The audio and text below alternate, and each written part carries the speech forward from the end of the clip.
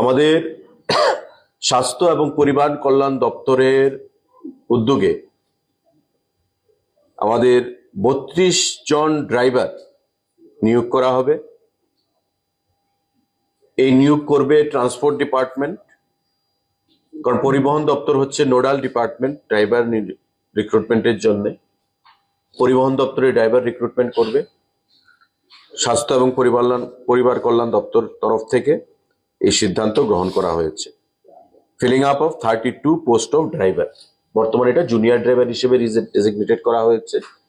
32 junior driver নিয়োগ করা হবে স্বাস্থ্য পরিবার কল্যাণ দপ্তরের অধীন।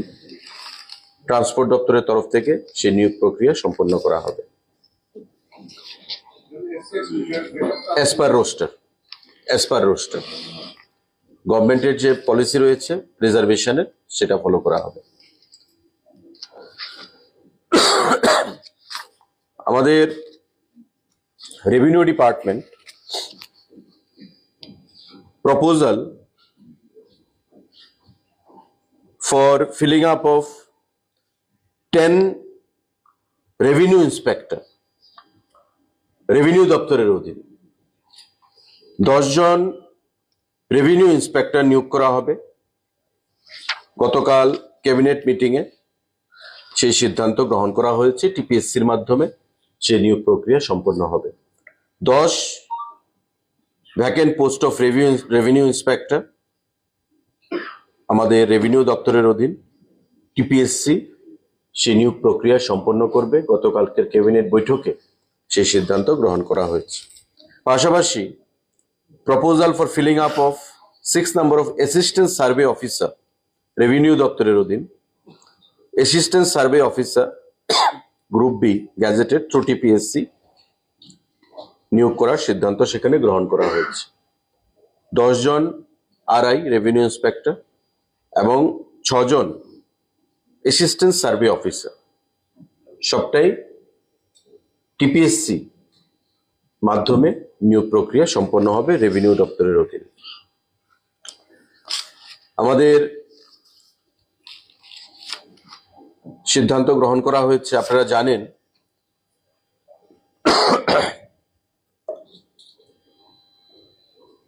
গত বছর সিদ্ধান্ত গ্রহণ করা হয়েছিল আমাদের বাজেটে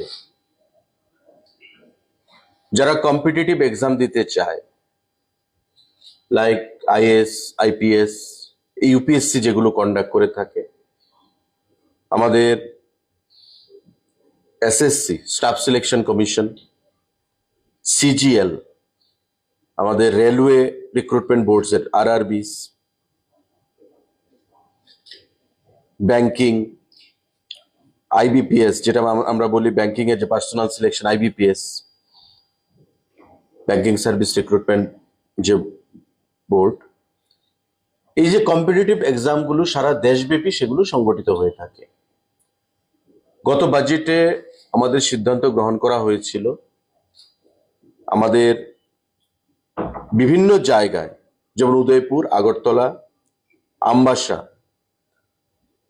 ওই সেন্টারগুলোতে কোচিং প্রদান করা হবে এবং যাতে রাজ্যের ছাত্ররা, অনেক সময় আমরা দেখি এই সমস্ত কম্পিটিটিভ এক্সামগুলোর জন্য রাজ্যের বাইরে কলকাতা, কোটা, দিল্লি, ওই সমস্ত জায়গায় গিয়ে মোটা টাকা দিয়ে তারা ভর্তি হচ্ছে, কম্পিটিটিভ এক্সাম দিচ্ছে, অনেকে সফলতা পাচ্ছে আবার অনেকে পাচ্ছে না।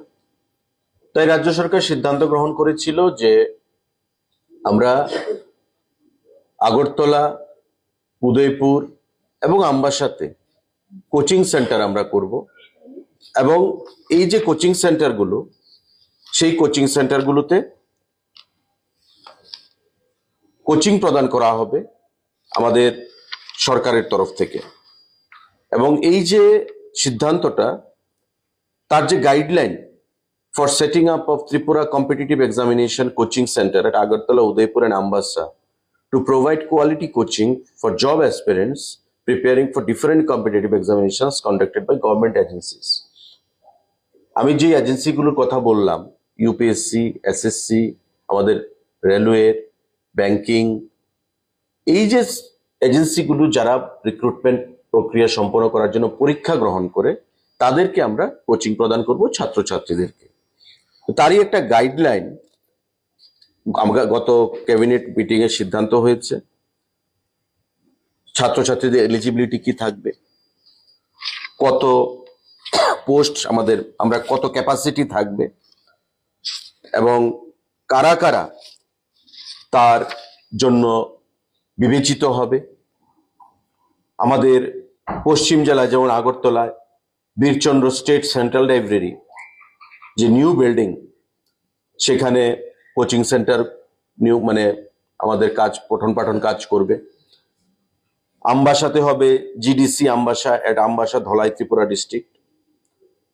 আমাদের নেতাজি সুভাষ মহাবিদ্যালয় এট উদয়পুর গোমতী ত্রিপুরা ডিস্ট্রিক্ট। এই গন্ডাছড়া কলেজ না, এটা তো আমবাসাতে at Ambassa Dhalai Tripura district. Courses আমি বলছি, যেমন আগরতলাতে যেটা Birchandra state central library new building আগরতলাতে, এখানে কোর্স কি কি করানো হবে? Civil services exams conducted by the UPSC, অর্থাৎ আইএস, আইপিএস, এই যে প্রোগ্রামগুলো এগুলো কন্ডাক্ট করবে, এখানে পড়াশোনা করা হবে।